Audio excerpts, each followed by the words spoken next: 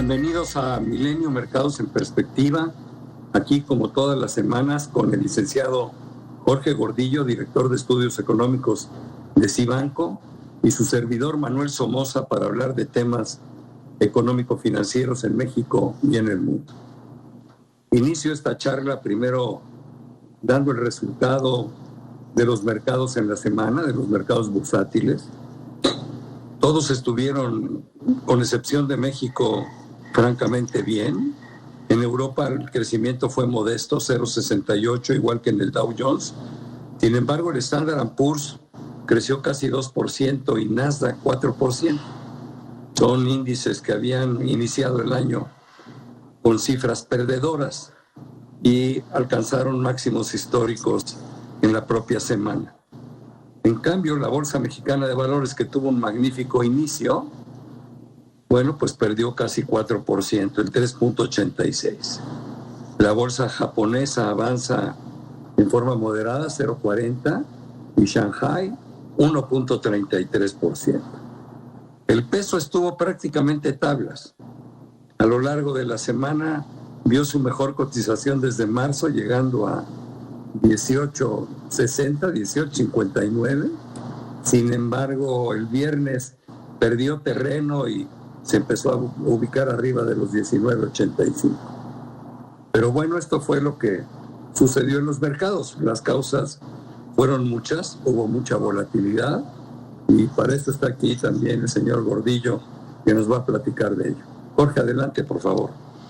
Gracias, Manuel. Saludos al auditorio. Gusto platicar con ustedes. Efectivamente, en la semana la dominó la toma de posesión del nuevo presidente de Estados Unidos a los mercados financieros. Y los mercados financieros lo tomaron positivos. El mercado tomó con buena visión, con buen gusto este cambio de gobierno que fue pacífico. Teníamos el miedo de que se pudiera ser violento y lo vimos reflejado inmediato en los mercados financieros. Ahora, esta reacción es en el corto plazo.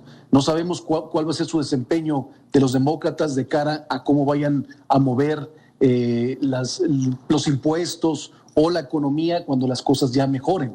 Por lo pronto, el mercado anticipa mayores estímulos, anticipa todo un esfuerzo adicional muy fuerte para tratar de controlar la pandemia, y eso es lo que tiene a todos muy contentos. Nomás comentarles, el tipo de cambio, decías, el mínimo fue 19.55, no 18.55, 19.55, y ahora pegado. Y se pegó hacia los 20. O sea, entonces, ahora va a estar en el vaivén entre si se van a aceptar o no los estímulos. Esto lo va a estar influyendo mucho en los mercados. Gracias, Jorge. Gracias por la corrección. Bueno, ya te empezaste a meter un poco al tema siguiente, que era qué pasó en la semana en los Estados Unidos. Tenemos muchas cosas, desde la toma de posesión, el golpe de timón que dio el presidente Biden, ahora sí ya presidente, a través de 17 órdenes ejecutivas, el plan de apoyo, si se ve fácil que pase o no se ve fácil. Y también quisiera yo comentar, después de lo que digas tú, el discurso de la señora Janet Yellen ante el Senado antes de su toma de posesión como secretaria del Tesoro. O sea que empezamos con Estados Unidos. Vamos a ver cómo fue su semana, Jorge. Sí, una vez que ya tomó posesión Biden, hizo, como dices, fuertes cambios de timón. ¿En qué sentido? Bueno, rompió con todo lo que había hecho Trump en un principio, que fue volver a incorporarse al Acuerdo de París, que es todo relacionado al cambio climático. Le va a cortar los recursos para el muro con México. Va a volver a incorporarse a la Organización Mundial de Salud. O sea, lo que en general el mundo está viendo, está queriendo retomar protagonismo, retomar liderazgo Estados Unidos, que lo había perdido con tanta golpeteo, con tanta fricción que había generado de Donald Trump en la administración pasada. Muy bien. ¿Cómo ves tú? Bueno, la semana pasada platicamos de en qué consistía el segundo plan de apoyo, el complemento al que se autorizó en el mes de diciembre. ¿Tú le ves que sea muy difícil que pase esto en el Congreso? Aquí lo que sucedió fue que el mercado compró rápidamente que esto iba a pasar rapidísimo. ¿Por qué? Porque tienen mayoría en el Senado, tienen 50 senadores demócratas y que a lo mejor sería suficiente para que pasara de manera contundente, porque estamos todos muy nerviosos por lo que está sucediendo con los contagios actualmente. Y ahora nos estamos dando cuenta que el gobierno nuevo quiso incorporar ciertos anuncios en los estímulos que no necesariamente tenían que ver directamente con la emergencia, como por ejemplo aumentar el salario mínimo, apoyos mayores a los estados y municipios, y esto sí va a necesitar un poco más de votos para aprobarse. Y hemos escuchado a senadores republicanos que no están muy convencidos de aceptarlo, entonces significa que sí va a haber discusión y a lo mejor no va a ser tan rápido como quisiera escuchar el mercado, la aceptación. Yo creo que una buena noticia que también le gustó a los mercados, pues fue que se haya decidido sobre la señora Janet Yellen para que sea la secretaria del Tesoro. Es un puesto importantísimo y aparte hay que recordar que ella fue presidenta de la Reserva Federal, que tiene una magnífica relación con Jerome Powell, y esto va a hacer que camine en forma coordinada el Tesoro y la propia Reserva Federal. Me gustó el discurso que pronunció ante los senadores. Me gustó que haya dicho que no es una estrategia del gobierno el mantener un dólar débil. Hay que recordar que la economía norteamericana, su fuerza es el mercado interno, no el mercado externo. Pero también estuvo súper interesante el comentario de que no crecieran las preocupaciones por los incrementos en el monto de la deuda, toda vez que el costo del financiamiento de la misma está en mínimos históricos. Yo creo que es una postura que no veíamos, creo que es cierta, creo que es válida. La deuda y el déficit norteamericano con tasas de interés del 5% podía ser algo de veras muy problemático, pero con tasas debajo del 1%, que seguramente es el costo de esa deuda, pues se ve bastante más manejable que de otra manera, no que deje de ser importante. Ahora, Jorge, me gustaría ver qué vimos importante en Europa. La pandemia como que preocupa, y también tus comentarios sobre el arranque del año en materia económica. Sí, efectivamente, en Europa lo que estamos escuchando todavía es que aparentemente ya se había controlado la pandemia, pero en estas últimas semanas mantiene todavía históricos, siguen subiendo preocupantemente los contagios, las muertes, y bueno, escuchamos más a países tratando de controlarla. O sea, todavía el proceso de vacunación es lento, tiene sus problemas también. Los laboratorios están haciendo ajustes para poder en el mediano plazo garantizar una vacunación ordenada, y esto está generando mucha preocupación en todos lados porque la vacuna no nos va a resolver el problema rápido. Entonces el gobierno está tratando de hacer contenciones, está alargando sus planes de restricciones quizá para febrero, para marzo, y no son noticias que le están gustando al mercado. En materia económica, en las noticias que vemos juntos diariamente, yo sentí que la pandemia en la eurozona empezaba a ceder.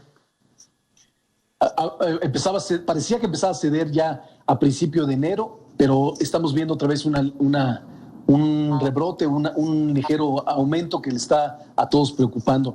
Y no solamente en Europa, en China, en Japón, en Latinoamérica, en Estados Unidos, por supuesto en México, ¿verdad? Oye, también hubo en Europa la reunión del Banco Central Europeo, y es interesante ver la posición de este banco. ¿Por qué no la comentas? Sí, efectivamente. En diciembre había anunciado que iba a seguir comprando casi 500 mil millones de euros para complementarlos a sus estímulos monetarios. Ahora no hizo ningún cambio adicional, pero sí está diciendo que va a flexibilizar lo más posible todos estos apoyos y que no los va a soltar hasta no garantizar que la economía, que la zona europea no se vea en mejor camino. Entonces estamos esperando, o con eso nos hace esperar, que los estímulos monetarios continuarán a full todo este año, por lo menos gran parte del próximo, en línea con lo que están haciendo otros bancos centrales como Estados Unidos. En la semana salió un dato muy interesante. El crecimiento del Producto Interno de China salió en 2.3%. Es de las pocas naciones que van a tener números negros para el 2020. El rebote de la economía china se espera en 8% para este año, 7.9%. ¿Qué te dijo este dato, Jorge? Bueno, nos hace muy claro ver que es dónde está la recuperación o el motor de recuperación en el mundo, es Estados Unidos y China. Y China pues, sí es un crecimiento más bajo el del año pasado en 30 años, pero fue positivo a diferencia de otros países. No hace pensar que China está haciendo un proceso de reactivación muy interesante y por eso le preocupa al mercado cuando escucha que hay rebotes en los contagios. Ahora viene el proceso de su año lunar, sus vacaciones generalizadas, que el año pasado generaron un brote de contagios muy alto. Entonces el gobierno va a tratar de minimizarlos, de aguantarlos para tratar de sostener esta perspectiva de crecimiento muy interesante para China, que esperamos sea, como decías, como de casi el 7% para este año. Para que no se nos acabe el tiempo, me gustaría entrarle a México. Vimos en la semana el plan de recuperación económica que presentó la secretaria de Economía. A mí me pareció un plan pues, lleno de buenas intenciones. Lo único concreto son 60,000 créditos de 25,000 pesos que importan pues 1,500 millones de pesos, que es insuficiente para darle la vuelta a nuestra atonía y a nuestra economía que está caminando muy, muy despacito. Y las demás cosas me gustan, pero las vi muy sueltas, es buenas intenciones, no dice cómo. Y yo me preocupa porque para que esto pueda tener éxito se necesita el concurso de otras secretarías, se necesita el concurso de Hacienda, de Comunicaciones, en fin. Por ejemplo, cuando dice voy a suavizar los trámites para la inversión extranjera y con eso la vamos a reactivar, no es cierto. La inversión extranjera es muy bienvenida, pero requiere de muchas cosas más que simplemente simplificar los trámites. La inversión extranjera directa necesita seguridad, que no la hay, necesita Estado de Derecho, que es muy, muy, muy frágil, necesita que no le cambien las reglas del juego y se las han estado cambiando. En fin, son mucho más cosas que simplemente les voy a ayudar a que la tramitología sea más fácil. A mí me gusta el plan, me gustan las buenas intenciones, pero yo creo que debería de estar con mucho más ingredientes para que realmente tenga fuerza. Tal y como se presentó, pues yo creo que no va a ser un gran aliciente para reactivar la actividad económica en México. Un último comentario de tu parte, mi querido. Sí, tal como lo dices, a nadie le molesta escuchar nuevos estímulos, nuevas ayudas, pero el país necesita algo más, necesita ser más agresivo. Muchos países lo están haciendo porque estamos viviendo momentos complicados y ya de fin de pandemia. Entonces hay que tratar de hacer que la mayor cantidad de empresas sobrevivan. ¿Para qué? Para que cuando venga el proceso de normalización no tengamos esos efectos que dificulten la recuperación o la sostenibilidad de la recuperación en los próximos años. Entonces, ahora es cuando hay que jalar en fuertes estímulos para la vacunación, para sobrevivir a las empresas, para darle más ayuda o estímulos al empleo. Ahora es cuando, y creemos que se nos queda un poco corto. Te agradezco mucho tus intervenciones, pero sobre todo les agradezco a todos ustedes que estén con nosotros semana a semana aquí en Milenio Mercados en Perspectiva. Muchas gracias. Buena semana. Buena semana.